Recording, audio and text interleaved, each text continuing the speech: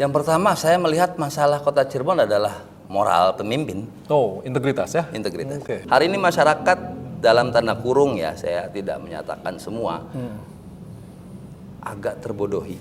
Pemilu yang saya hadapi 2019 luar biasa merusak tatanan.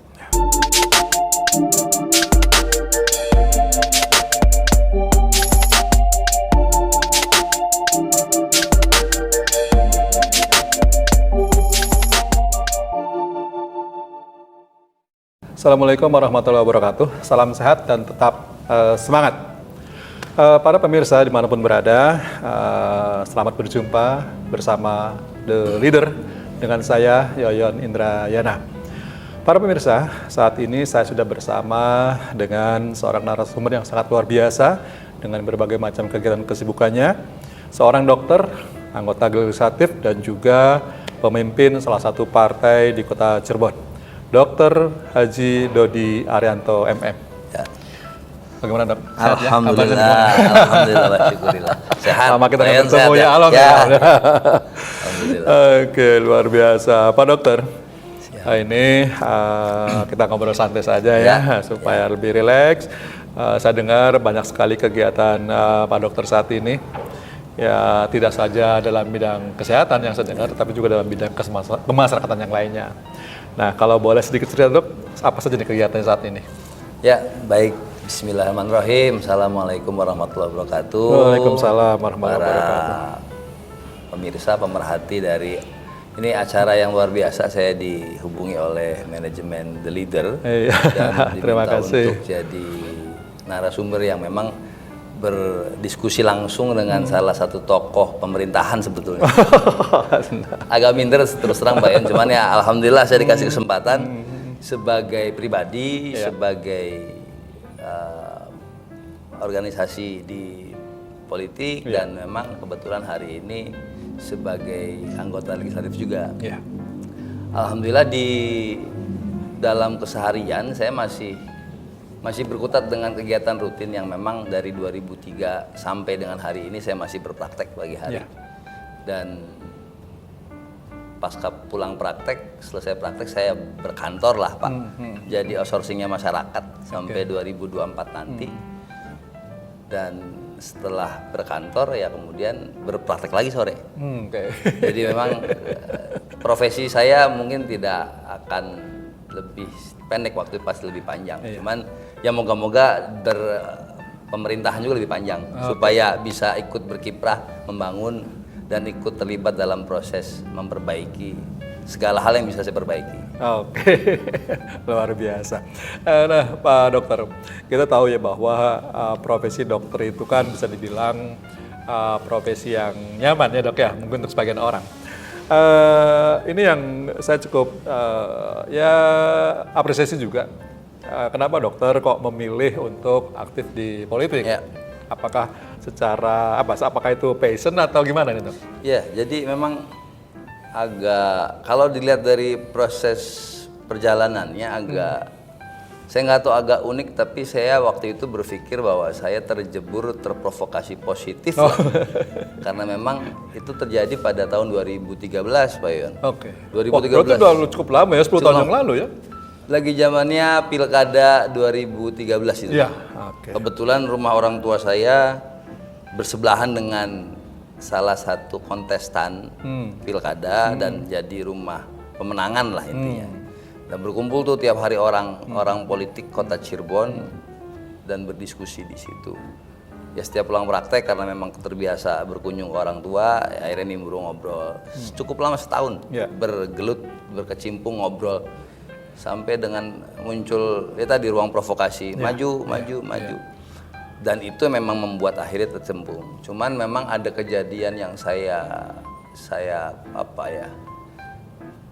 benar-benar nggak bisa hilang dari ingatan saya, terjadi di 2006-2007. Jadi saya lulus dokter itu 2003 Pak ya. 2003 bertugas sebagai profesi di rumah sakit. Kebetulan rumah sakitnya tipe D, rumah sakit kecil, dan semua urusan yang berkaitan sama pasien saya tangani sendiri. Sampai suatu saat ada kasus, ada pasien datang dengan gangguan fungsi ginjal yang sudah kondisi agak berat. Dan saya merujuk pasien tersebut ke rumah sakit Gunung Jati tipe B yang terbesar pemerintah saat itu terbesar. Okay. Saya menunggu di IGD hampir setengah jam berpikir dan ingin melihat waktu itu apa penanganannya. Akhirnya saya pulang, ya setelah 1 jam dihubungi oleh keluarga, meninggal pasien itu di UGD. Dan ya sepertinya belum seperti apa-apain si pasien ini. Belum tangani ya? Belum tertangani dengan baik. Nah dari situ saya berpikir, aduh kalau waktu itu bisa berbuat lebih. Kalau waktu itu, jadi kalau-kalaunya banyak tuh, kalau saja masih di ruang idealis lah. Nah berjalannya waktu 2006 sampai 2013 terprovokasi, saya berpikir ya barangkali aja bisa ikut memberi warna sama perubahan di rumah sakit. Masuklah partai pertama yang memang ya itu juga dapat restunya susah itu Pak Yon. Bapak saya juga pensiunan PNS, beliau juga pasti afiliasinya ke parpol tua yang memang ada di Indonesia. Yang arahkannya malah ke partai baru tuh. Partai baru ya sudah saya ikut terjun di situ dan saya tidak melepaskan profesi saya. Sebagai bentuk pengabdian masyarakat pada saat berproses untuk mencari peluang mendapatkan hati rakyat. Seperti itu Pak Yon, dan kejebur. Jadi sekarang menikmati justru ya? Atau gimana? Belum sampai sana. Saya menikmati pada saat memang saya masih bisa berbuat walaupun tidak bisa memberi sebuah hasil yang maksimal untuk orang banyak. 1-2 orang kasuistik masih bisa saya lakukan. Dan itu yang membuat akhirnya terkesan menikmati ya. Tapi kalau praktek dokter tetap kan berjalan masih. Itu termasuk di rumah sakit kemarin? Saya di praktek pribadi. Pribadi aja, tidak di rumah sakit ya? Enggak. Oke. Kebetulan karena memang ini kaitannya dengan politik, jadi alhamdulillah jauh lebih punya makna dan manfaat.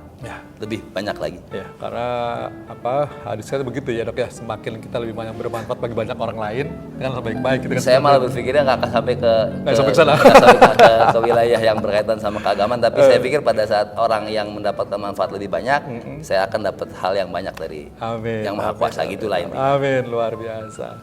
Oke Pak Dokter, ini terkait dengan sekarang ini kan pemerintah kita lagi menghadapi sebuah momentum yang luar biasa untuk bagi bangsa Indonesia semua, yaitu Pesta Demokrasi 2024. Iya.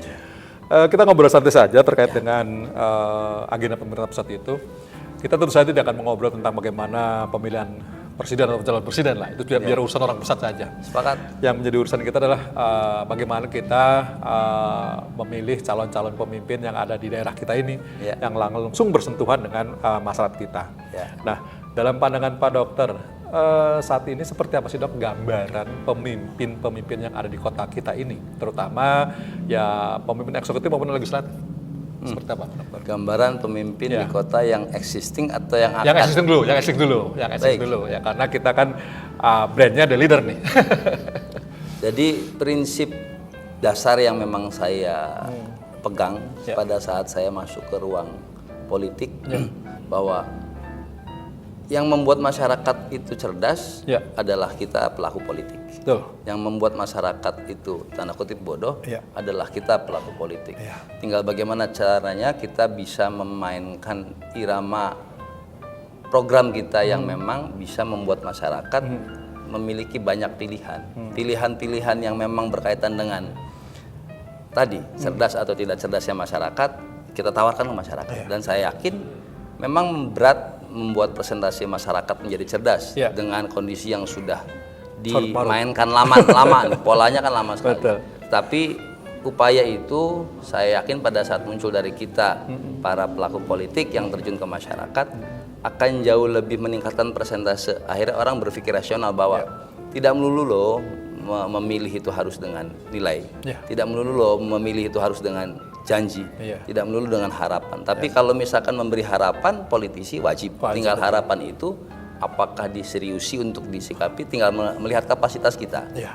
Nah, kalau yang saya lihat di existing hari ini, saya tidak mau masuk ke wilayah program mereka, tetapi hampir membuat peta kecerdasan atau masyarakat melihat dari politik ini selalu identik dengan nilai.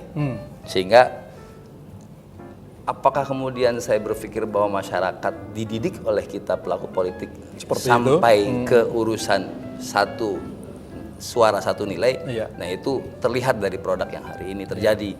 Sehingga kalau ukuran baik dan buruk saya tidak bisa memberikan penilaian, tetapi gambaran existing hari ini yang terjadi produknya seperti itu. Oke.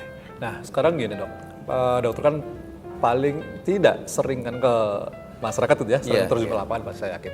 Nah dalam pandangan Pak Dokter sekarang, bagaimana sih pemahaman masyarakat kita, warga kota Cirebon ini tentang demokrasi? Apakah mereka betul-betul sudah memahami itu, atau tadi yang disebutkan dokter bahwa sekarang dominan pada ya berdasarkan nilai tadi itu? Ya. Gimana, Dok? Kalau bicara soal bagaimana masyarakat memahami demokrasi, hari ini bagaimana kita pelaku pilar demokrasi ini memberi pemahaman kepada masyarakat, itu yang harus kita kembalikan dulu. Hari ini masyarakat dalam tanda kurung ya, saya tidak menyatakan semua, agak terbodohi oleh janji, oleh harapan yang mungkin palsu, fake ya saya lihat, dan nilai itu yang akhirnya melihat variasi yang buat saya agak ekstrim pada saat untuk level kota Cirebon dengan lingkup yang tidak begitu besar. Pemilu yang saya hadapi 2019 luar biasa merusak tatanan. Itu yang saya rasakan di 2019. Ada dampak yang memang memberikan impact dalam terhadap masyarakat menjelang 2024 sudah Wani Piro. Itu kenyataan. Wani Pironya itu. Wani Piro itu kenyataan dan itu yang nggak bisa dihindari karena memang sudah terlanjur dalam. Ya. Artinya Wani Piro itu pemahamannya apakah itu karena memang transaksional seperti itu atau sebenarnya masa bodoh sebenarnya itu? Saya mungkin kalau boleh bilang saya tidak tahu apakah saya salah satu atau salah beberapa. Saya adalah produk dari maju tanpa ada embel-embel pragmatisme.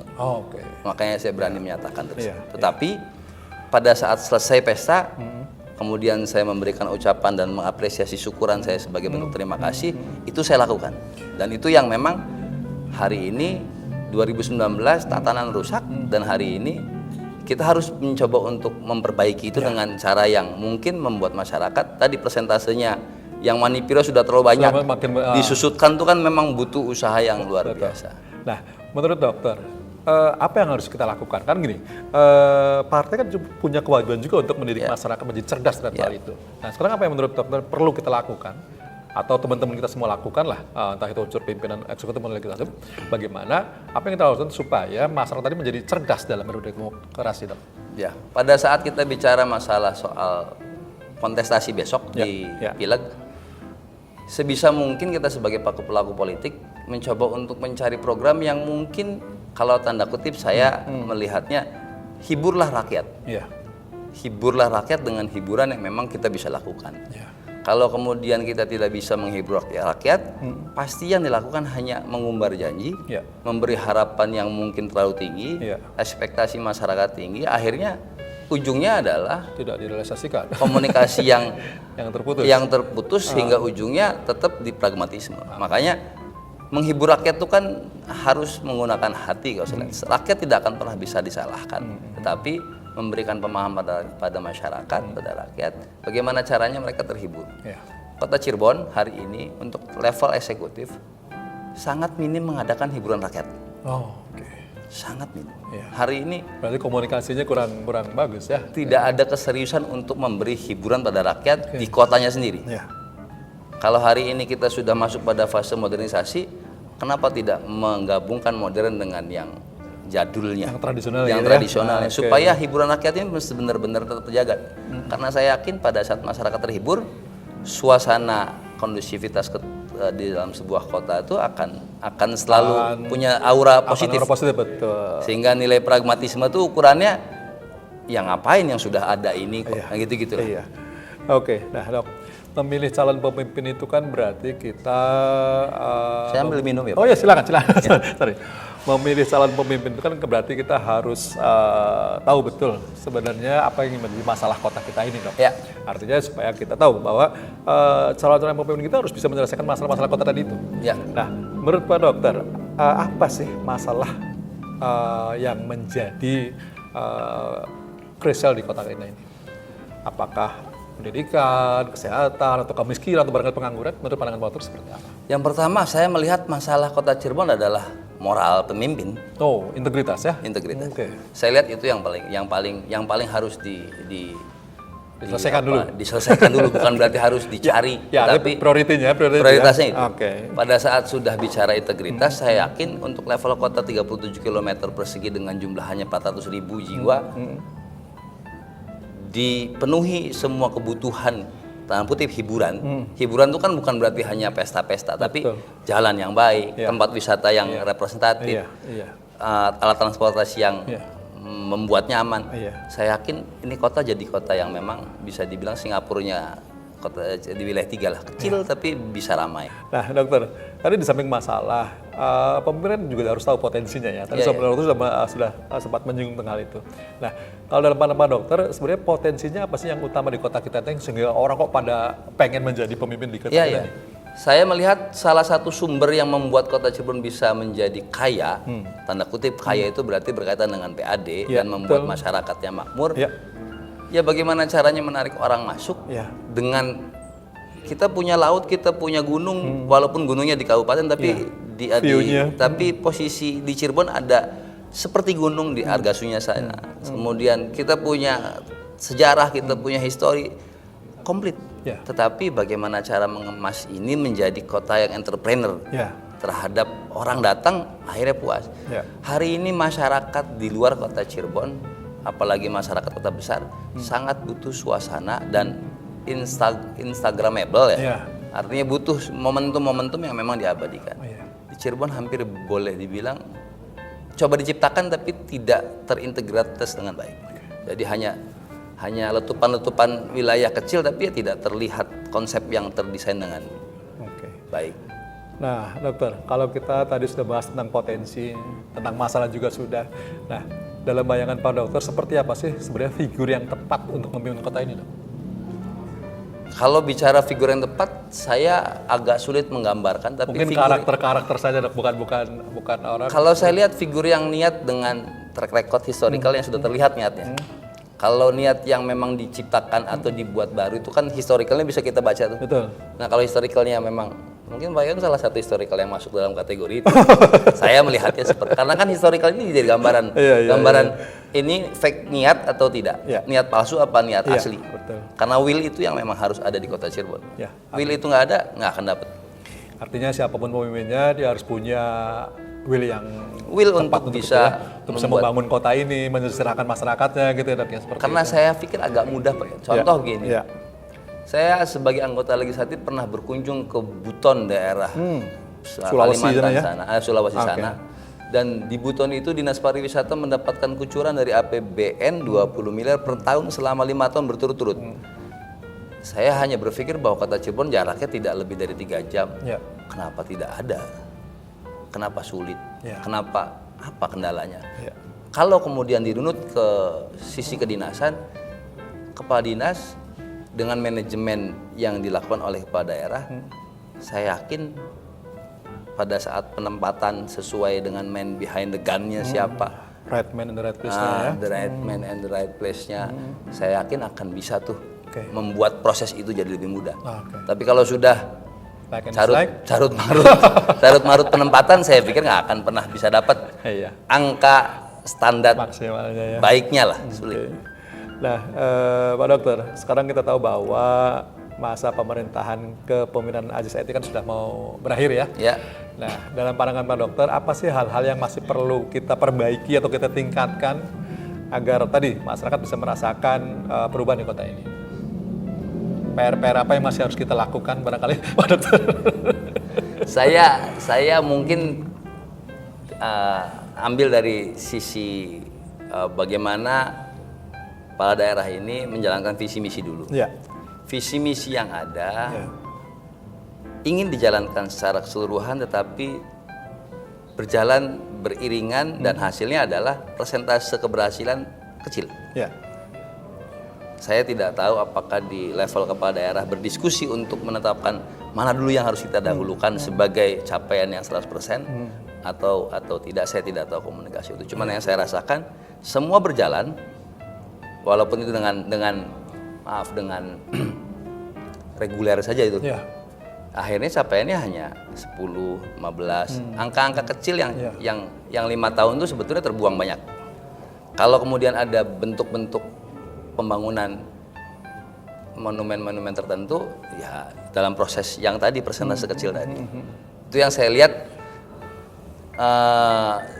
sektor yang berhasil ya masih belum terlihat, sektor yang tidak berhasil ya hampir terasa. Jadi saya lihat boleh dibilang gagal program ya. Oke. saya lihat gagal program. Saya lihat. Ya memang itu harus melalui evaluasi ya Dok ya, tapi Ya. paling tidak secara kasat mata seperti itu ya. Ya kacamata saya sebagai anggota legislatif, saya bilang tidak kemudian programnya tidak jalan, tapi tidak maksimal dan gagal. boleh dibilang.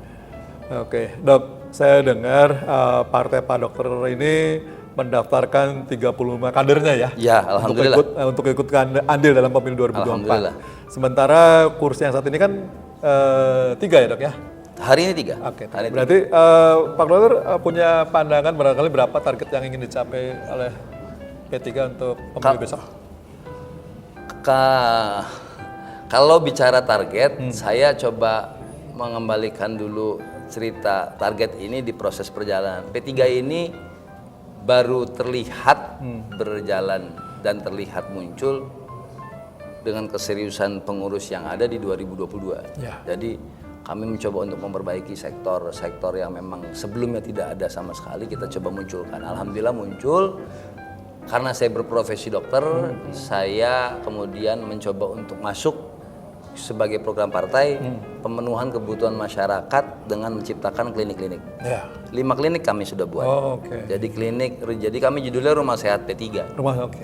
Dan Rumah Sehat P3 ini ada di 5 kecamatan. Alhamdulillah dalam jangka waktu 1 tahun berjalan. Hanya kembali saya sebagai ketua partai mencoba untuk menaruh kepercayaan kepada Bacalek, pakai Rumah Sehat ini sebagai media untuk berkomunikasi dengan masyarakat. Hanya tadi kami mengakui bahwa dalam proses perjalanan memverifikasi atau men-screening kebutuhan dari kontestasi dengan effort yang memang maksimal ini kan pendek sekali waktunya. Ya, sehingga alhamdulillah 35 terisi, dari 35 60% pejuang. 40% insya Allah akan jadi pejuang. Nah 60% pejuang ini masih menjalankan roda-roda itu. Target saya ya tetap minimal 3. Oke. Kalaupun tuh ada penambahan mungkin Kan Allah dapil sekarang 5 Dok. saya realistis dengan kondisi peta. Tapi jangan pesimis ya Dok. Enggak, realistis Oke. dengan peta yang ada. Kami punya kekuatan 3, tetapi kalaupun tuh ada tambahan itu menjadi usaha dari salah satu dapil yang memang bergerak bersama-sama dari semua bacalegnya. Oke. Gitu. Dokter, tadi saya tertarik dengan Rumah Sehat P3 ya. Iya, iya. Berarti itu kan salah satu strategi ya, salah satu strategi yang Iya. digunakan oleh Partai P3 untuk bisa mencapai target di 2024. Iya. Ada lagi strategi selain itu Dok? Kalau dari kegiatan yang berkaitan dengan program itu, jadi, Rumah Sehat ini menjadi andalan kami. Iya. Mimpi kami adalah kami punya 5 rumah sehat, kami akan bikin rumah sakit tipe C sebagai rujukan utama dari 5 rumah sehat ini. Iya. Itu mimpi kami yang kami tawarkan ke masyarakat bahwa kami konsen di sini. Iya. Walaupun apakah terwujud apa tidak, kita tetap berpikir bahwa insya Allah terwujud. Tetapi proses program itu kami sudah jalankan dan akan kami tayangkan atau akan kami lakukan ke depan. Oke. Selain itu ya sama seperti partai lain lah, sama seperti partai lain, standar saja. Karena kami partai tua, kami punya kiai, ya kami melakukan komunikasi dengan kiai-kiai. Oke. Nah, Pak Dokter, dari 35 bacaleg tadi, saya yakin Pak Dokter kan pasti sudah melakukan semacam tes atau apa gitu ya. Iya. Nah, sebenarnya sampai sejauh mana kira-kira kemampuan dan kompetensi teman-teman bacaleg ini sehingga mereka mampu bersaing di 2024? Ya, dari 35 bacaleg ini ada 2 klasifikasi program yang memang ditawarkan. Program yang ditawarkan oleh semua bacaleg yaitu program rumah sehat dengan membuat kartu P3 dari tiap rumah sehat itu sendiri. Dan itu masih jalan tuh. Alhamdulillah setiap bacaleg sudah bisa memberikan sebaran sebagai bentuk sosialisasi untuk kartu sehat tersebut sebagai bentuk alat membantu masyarakat. Karena kartu ini sebagai penanda pada saat masyarakat datang berobat ke sore hari hanya berbiaya Rp15.000 saja, Pak. Sudah diperiksa dokter dan dapat obat. Gitu. Dan di Kota Cirebon tidak ada angka sebegitu, sekecil itu untuk bisa dapat pelayanan dokter. Ya alhamdulillah program itu berjalan. Nah, untuk yang program masing-masing Bacalek itu sendiri, kami melakukan desain khusus untuk bisa membuat mereka maksimal terlihat di mata masyarakat. Seperti itu, Pak.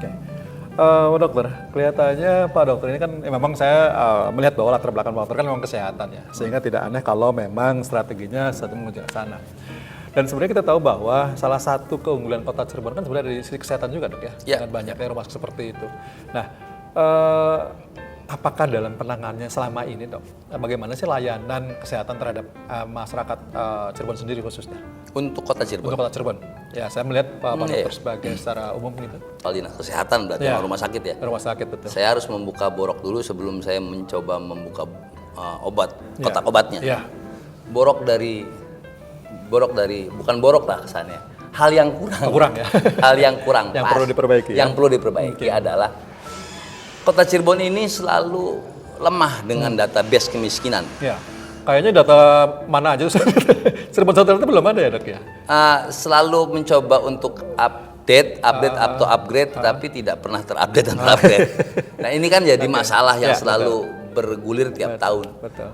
Kemudian pada saat bicara masalah database kemiskinan, otomatis penanganan terhadap kemiskinan itu tidak akan pernah maksimal.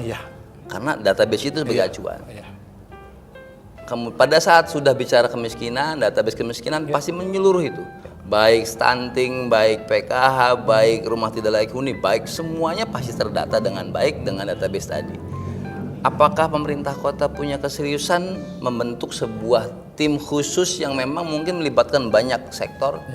Tambah misalkan bergandengan dengan akademisi untuk bisa membuahkan hasil database yang terupdate, yang akurat gitu yang akurat dengan validasi yang memang bisa diakui secara keseluruhan oleh beberapa dinas terkait.